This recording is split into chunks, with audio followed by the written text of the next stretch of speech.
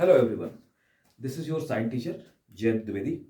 Today we are going to discuss some relevant topic which are being asked in UPSC examination.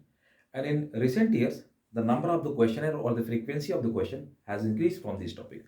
One of the most burning topic out of them is biotechnology.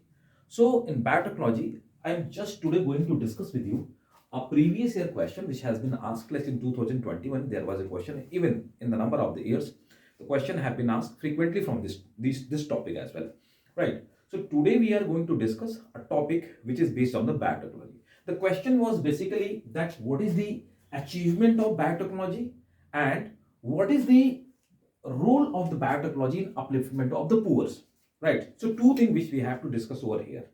In some other classes we'll discuss some basic thing, but today we are going to discuss this topic. So what is the achievement of biotechnology? Before going into that, I want to tell you what is the biotechnology. Actually, this is the application of the technology in biology.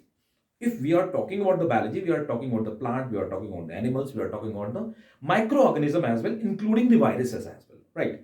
So later on in the classes, we'll study what is the impact of the biotechnology or what is the application of the biotechnology on viruses, on bacteria, means microorganism in plant and animals. But today we are going to discuss what is the achievement of biotechnology. So out of these two topics, first we'll discuss the achievement. If we talk about the biotechnology, so nowadays it have revolutionized the life of peoples in our country as well across the world. So achievement, if we talk, this is first achievement is that we have developed genetically modified crops. In short, we call them GMC. So what are the genetically modified crops? We have changed the genetic constitution or genetic sequence of the plant, and we have incorporated many benefit and many qualities on those plant. So first of them, they are the pest resistance. Previously, there was heavy use of the insecticide, pesticide, which was very harmful for us. But nowadays, we are developing resistant plant. So they are themselves resistant. They have inbuilt resistance in their body, so that other pests, other microorganisms do not harm them. And by this way, what we are doing, we are improving the yield. Previously, the yield was less because of the crop get infected from the pest, from some insect and some microorganism as well, right? But nowadays we are improving the yield of the, so in the same land we are increasing the production of the crops. By this way we are able to feed more and more growing population, which is one of the most burning problem of country like India and China. Next, the nutritional value is being increased. So by this way we are increasing, how we are increasing the nutritional value? We are incorporating many outside genes, many foreign genes, which have capability of producing vitamins, which are capability of producing consuming more and more minerals and all that. By this way we are increasing the nutritional value as well, right? So there are three things: pest resistance, improvement in the yield, and nutritional value. Second thing, rDNA technology, that is called recombinant DNA technology.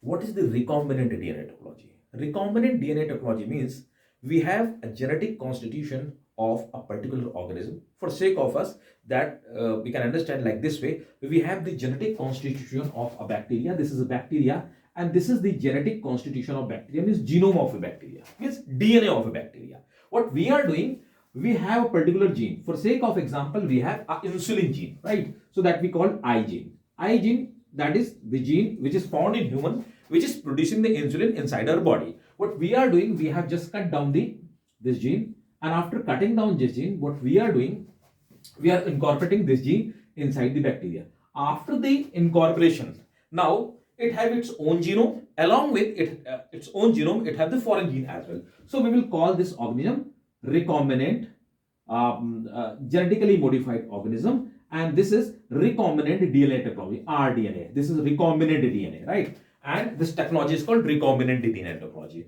Now this bacteria will be capable of producing insulin. That's how we are producing insulin nowadays.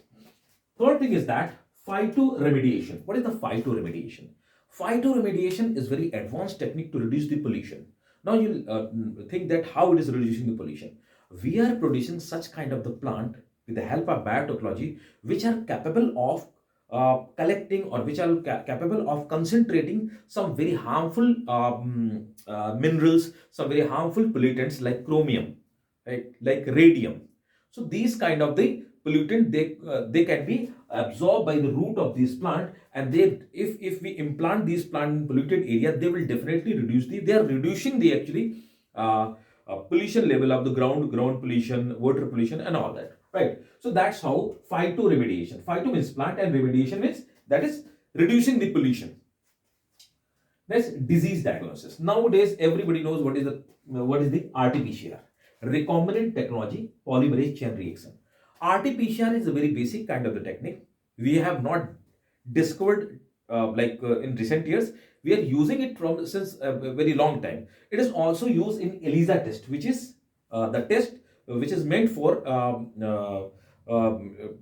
detecting the HIV virus inside the body, right? So RT-PCR, recombinant DNA technology and polymerase chain reaction. With the help of polymerase chain reaction, we come to know that either a person is infected by the coronavirus or not infected by the coronavirus. So that's how that is the recent year, that is the achievement of the biotechnology. When writing the answer, we have to incorporate some recent fact, like in 2021 and 2022, we have discovered that what is the reason that a diabetic person, a diabetic person, the impact of the diabetes that causes a person like the person become weak. So what is the reason behind that? We have discovered these kind of things. So along with our answer, we have to fetch some recent year fact as well, right? Next, what is the role of, so this was the one part of the answer of this question. Second part of the answer is that role in uplifting the poor. What is the role of biotechnology in upliftment of the poor? When we talk about the upliftment of the poor, increasing the income of the farmer. How it is increasing the income of farmer? We have already understood that these GMC, genetically modified crops. Let's say these are BT cotton. You must have studied about them. BT cotton, BT brinjal. So they are very iconic examples. So BT cotton, BT brinjal, they are the pest resistant brinjal, pest resistant cotton. So that's how we have produced these genetically modified crops, which are capable of producing more and more productivity. If the productivity will increase, definitely the income of the farmer will increase. By this way, we are increasing the income of the farmer. One more thing, nowadays we have a variety of recombinant, with the help of recombinant DNA technology, we have variety of some rice. They are the GMC, genetically modified crops, and they are meant for increasing the productivity in, and even they can be grow in the those area where the availability of the water is low, right? So in those area we can grow the rice. So that's how it is increasing the income of the farmer. Next thing, reducing the healthcare expenditure to poor, right? How it is increasing? With the help of biotechnology, we are able to produce cost-effective medicines. Previously, they were produced with some other techniques, some other technology. By nowadays, let's take the example of insulin. Nowadays, we are able to produce cheaper medicines with the help of biotechnology. By this way, medical health facilities are cheaply available to the poor people. By this way, they are also benefiting the poor people in the field of health as well. Increasing shelf life of the food. This is very important thing. Let's say a farmer grow 1000 kilogram tomato. Now this 1000 kilogram tomato, when first day it will harvest, next day it will go to the some marketplace. When it will go to the marketplace, wholesale marketplace, when it will go to the wholesale marketplace, it is the second day. 10 to 20% crop will get damaged because of the transportation in rural area.